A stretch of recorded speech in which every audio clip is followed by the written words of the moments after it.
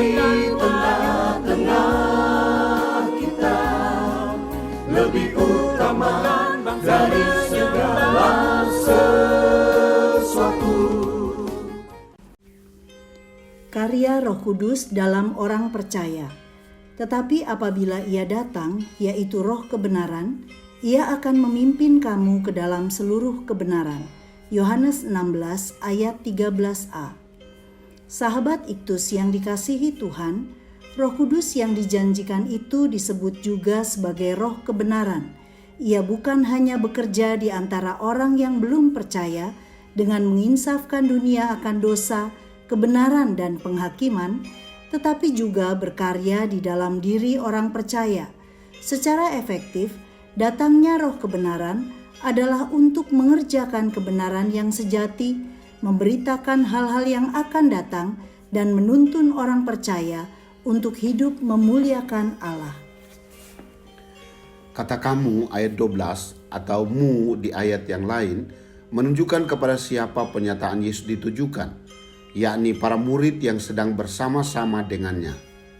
Ia tidak lagi berbicara tentang karya Roh Kudus bagi dunia sebagaimana disampaikan sebelumnya, ayat 8-11, yang ditujukan kepada setiap orang yang belum percaya kepadanya, tetapi kepada para murid, yaitu orang-orang yang telah meresponi panggilan Tuhan sebagai murid Kristus yang disebut orang percaya. Melalui perenungan firman Tuhan ini, kita akan melihat karya Roh Kudus di dalam hidup orang percaya. 1. Ia memimpin ke dalam seluruh kebenaran. Kebenaran yang dimaksud adalah kebenaran yang sesungguhnya atau kebenaran hakiki, menunjuk kepada pribadi Yesus. Yohanes 14 ayat 6. Satu-satunya kebenaran. Kata memimpin berarti bertindak sebagai guru yang mengarahkan orang percaya untuk tetap fokus kepada kebenaran yang sesungguhnya. Sejak seorang percaya dan menerima Yesus sebagai Tuhan dan Juru Selamat pribadi, Roh Kudus terus berkarya dalam dirinya untuk semakin mengenal pribadi Yesus. Manusia tidak dapat mengenal kebenaran dari dirinya sendiri atau manusia lain, karena tidak ada seorang pun yang benar. Hanya pribadi yang benar yang dapat menjadi guru yang membimbing dalam kebenaran. Karya Roh Kudus terrealisasi dengan pemberian hikmat dan pengertian untuk mengerti kebenaran di dalam diri Yesus dan segala yang difirmankannya. Bandingkan Efesus 1 ayat 7. 2. Ia akan memberitakan hal-hal yang akan datang. Memberitakan berarti menyampaikan secara lebih jelas kepada orang percaya mengenai peristiwa yang akan terjadi. Ini bukanlah tentang sebuah ramalan hari depan, melainkan kepekaan terhadap pimpinan Tuhan. Istilah wahyu seringkali digunakan untuk menjelaskan bagaimana Tuhan menyingkapkan kehendaknya kepada manusia, supaya manusia mengerti dan menempatkan kehendak Tuhan pada posisi tertinggi dalam hidupnya. Sebagai contoh adalah peristiwa-peristiwa yang terjadi dalam Kisah Para Rasul. Roh Kudus memimpin Filipus, Ananias, Petrus, Barnabas dan Paulus dalam pelayanan mereka. Kitab Kisah Para Rasul dikenal sebagai kitab Kisah Roh Kudus karena di dalamnya Roh Kudus secara aktif menuntun orang percaya melakukan apa yang sesuai dengan rencana dan tujuan Tuhan. Roh Kudus adalah pribadi ketiga Allah Tritunggal yang menolong mengambil keputusan yang tepat dalam berbagai bidang kehidupan. Kepekaan rohani terhadap pimpinan Roh Kudus dapat terwujud melalui keintiman dengan Tuhan. 3. Ia akan memuliakan Yesus. Hidup memuliakan Allah adalah tujuan tertinggi Allah bagi setiap orang yang diciptakannya. Kata memuliakan dapat berarti menghormati atau memuji sebagai ekspresi keyakinan yang kuat akan aspek keilahian Tuhan.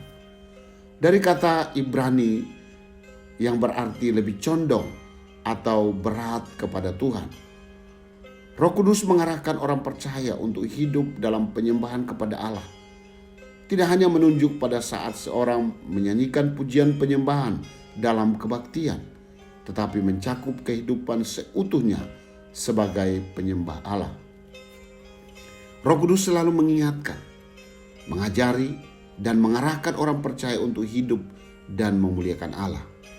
Lebih konkret lagi, memuliakan Allah adalah hidup yang melayani Dia di dalam setiap lini kehidupan kita.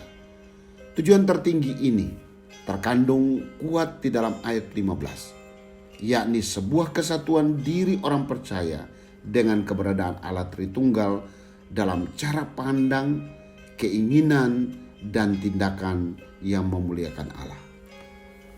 Sahabat Iktus, Roh Kudus tidak pernah berhenti berkarya dalam hidup kita. Ia menuntun kita untuk fokus pada satu-satunya kebenaran sejati, yaitu Yesus Kristus. Roh Kudus terus memperkatakan firman Tuhan dalam hati kita sebagai rambu-rambu dalam perjalanan hidup kita. Ia mencegah kita untuk berdosa, menasihati kita dalam bertindak dan mengambil keputusan, membangkitkan gairah untuk melayani dan bersaksi. Roh Kudus selalu ada dalam setiap situasi yang kita alami.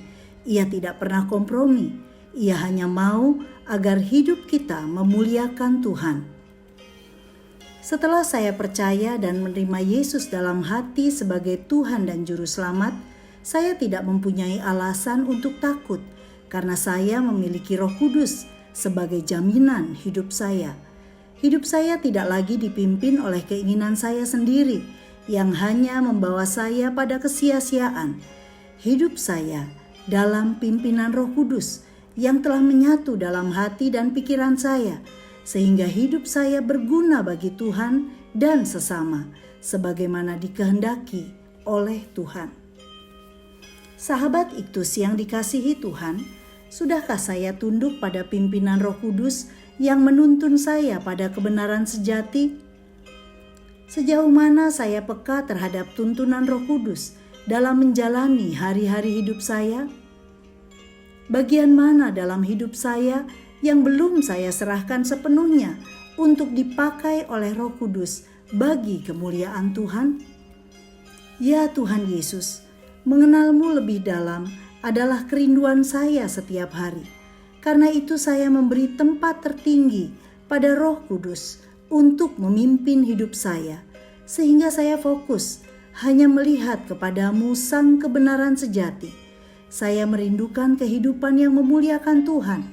Biarlah hidup saya sepenuhnya berada dalam kendali Roh Kudus, sehingga semua sumber daya dan potensi dalam diri saya dapat digunakan untuk melayani-Mu. Bahkan dalam setiap waktu hidup saya, berilah kepekaan terhadap suara Roh Kudus yang menuntun saya untuk bersaksi pada jiwa-jiwa yang membutuhkan keselamatan. Amin. Tanpa Roh Kudus, kita tidak dapat berbuat apa-apa seperti kapal tanpa mesin. Kristus ada di tengah-tengah kita, lebih utama dari segala sesuatu. Kristuslah yang harus ku beritakan hingga datang